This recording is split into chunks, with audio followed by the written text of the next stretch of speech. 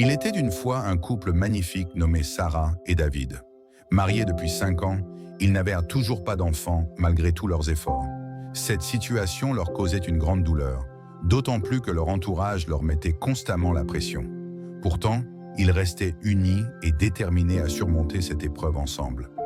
Après mûre réflexion, le couple décida d'adopter un enfant. Ils furent immédiatement attirés par une petite fille douce et pétillante nommée Mia. Âgée de seulement 6 ans, Mia était née avec un handicap qui l'empêchait de marcher et devait se déplacer en fauteuil roulant. Pourtant, sa joie de vivre et son sourire radieux touchèrent instantanément Sarah et David. « Nous prendrons soin d'elle et nous lui donnerons tout ce dont elle a besoin », promit David. Sarah acquiesça, les larmes aux yeux. Ils sentaient que c'était leur chance d'apporter du bonheur dans leur vie et dans celle de Mia. La vie avec Mia fut remplie de joie. Elle fut inscrite dans la meilleure école et bénéficia d'une aide personnelle pour l'accompagner au quotidien. Le soir, Sarah et David lui lisaient des histoires avant de l'embrasser tendrement et de la border dans son lit. Ils célébraient bien son anniversaire avec des gâteaux, des cadeaux et des ballons et l'emmenaient souvent au parc pour jouer avec d'autres enfants. Mia se sentait aimée et en sécurité. Elle savait qu'elle faisait partie d'une famille qui tenait profondément à elle. Puis, un miracle se produisit. Après des années à penser que c'était impossible, Sarah découvrit qu'elle était enceinte. La nouvelle apporta une immense joie à toute la famille. Sarah et David avaient enfin reçu le miracle qu'ils espéraient tant, un enfant biologique. Tout le monde était aux anges, et bientôt, Sarah donna naissance à une magnifique petite fille en parfaite santé.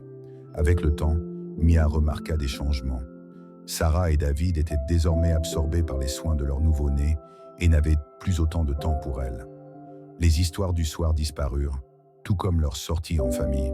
Mia comprenait que le bébé nécessitait beaucoup d'attention, mais au fond d'elle, elle se sentait mise de côté. Elle fit de son mieux pour être une grande sœur aimante, toujours souriante et désireuse de jouer avec sa petite sœur. Pourtant, Sarah et David semblaient constamment méfiants lorsqu'elle s'approchait du bébé. Ils ne la laissaient ni la porter, ni même la toucher, ce qui la blessa profondément. À l'école, Mia commença à rencontrer des difficultés. Ses notes chutèrent, elle devint silencieuse et renfermée. Son enseignante, inquiète, convoqua Sarah et David pour discuter de son comportement. Cependant, ils minimisèrent la situation, affirmant que Mia avait juste besoin de temps pour s'adapter à la présence du bébé. Le premier anniversaire du bébé arriva et Sarah et David organisèrent une grande fête. Mais Mia ne fut même pas incluse dans la célébration. Personne ne lui offrit de nouvelles tenues pour l'occasion, et elle regarda depuis sa chambre, les larmes aux yeux, tandis que tout le monde s'amusait sans elle. Peu après, le bébé tomba gravement malade. Sarah et David, paniqués, firent tout leur possible pour la sauver, mais malgré leurs efforts, leur fille ne survécut pas. Anéantis, ils pleurèrent leur perte, incapables de comprendre pourquoi leur miracle leur avait été enlevé si tôt. Dans leur chagrin, ils reportèrent toute leur attention sur Mia, la couvrant à nouveau d'amour et d'affection, comme si rien ne s'était passé. Mais peu après, Sarah tomba enceinte à nouveau, cette fois de jumeaux. L'excitation revint dans le foyer et, encore une fois, Mia fut reléguée au second plan. La mère de Sarah la mit en garde contre le fait de négliger Mia une nouvelle fois, mais ses conseils furent ignorés. Le couple décida d'inscrire Mia dans une école moins chère, tandis que leurs jumeaux bénéficiaient des meilleures écoles que l'argent pouvait offrir. Peu à peu, ils commencèrent à maltraiter Mia. Sarah, autrefois une mère aimante, devint dure et impatiente. Elle criait souvent sur Mia et la frappait même pour la moindre erreur. David, lui, devint distant, concentrant toute son attention sur ses enfants biologiques. Un jour, la gouvernante de Mia dut partir une semaine pour rendre visite à sa mère malade au village. Sarah et David l'autorisèrent à partir sans prévoir quelqu'un pour s'occuper de Mia. Au lieu de cela, ils décidèrent de partir en vacances avec leurs jumeaux, laissant Mia seule à la maison. Personne ne s'inquiéta de savoir comment cette fillette de 8 ans, incapable de marcher, allait survivre sans aide.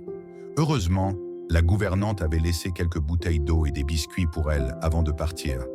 Mais cela ne suffisait pas. Après 3 jours, Mia n'avait plus ni nourriture ni eau. Trop faible pour appeler à l'aide, elle resta dans sa chambre, terrifiée et impuissante. Lorsque la gouvernante revint une semaine plus tard, elle fut horrifiée par ce qu'elle trouva. Mia était à peine consciente, déshydratée et affamée, assise dans ses propres excréments.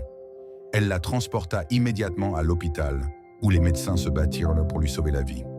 La gouvernante tenta de contacter Sarah et David, mais ils étaient toujours en vacances et semblaient indifférents à l'état de Mia. Incapable de couvrir les frais médicaux, elle alerta l'agence d'adoption qui avait placé Mia chez eux. Lorsque les représentants de l'agence arrivèrent à l'hôpital, ils furent dévastés de voir l'état de Mia. Ils se souvenaient de la petite fille joyeuse qu'ils avaient confiée à Sarah et David et ne pouvaient croire qu'elle avait été traitée de manière aussi cruelle. Ils prirent immédiatement en charge ses soins médicaux et engagèrent des procédures légales pour retirer sa garde à Sarah et David. À leur retour de vacances, Sarah et David furent accueillis par une ordonnance du tribunal. L'agence d'adoption avait porté plainte contre eux pour négligence et Mia leur fut retirée. Ils furent condamnés à une lourde amende pour les souffrances qu'ils lui avaient infligées. Mais tout ce qui les préoccupait était d'organiser la fête d'anniversaire de leurs jumeaux. Lorsque l'anniversaire arriva, ils organisèrent la plus grande fête de la ville, un événement diffusé à la télévision nationale et internationale. Mais le lendemain matin, une nouvelle tragédie frappa. Sarah se rendit dans la chambre des jumeaux pour les réveiller, mais ils ne bougeaient même pas. Affolé, David les transporta à l'hôpital, mais il était trop tard. Les médecins furent incapables d'expliquer leur décès. Les rumeurs se répandirent rapidement sur les réseaux sociaux. Beaucoup affirmaient que leur mauvais traitement envers Mia leur avait porté malheur. La mère de Sarah lui rappela les avertissements qu'elle lui avait donnés, mais il était trop tard. Submergée par le chagrin, Sarah sombra dans la folie. Malgré tous les efforts de David pour l'aider, rien ne fonctionna. Pendant ce temps, Mia fut placée dans une nouvelle famille qui l'aimait et la traitait avec bonté.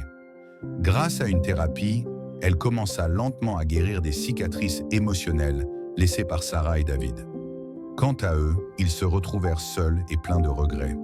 Toute leur richesse ne pouvait ni ramener leurs enfants, ni effacer la douleur qu'ils avaient infligée à Mia. Ils avaient tout perdu. Et à la fin, ils réalisèrent trop tard que Mia avait toujours été leur véritable miracle.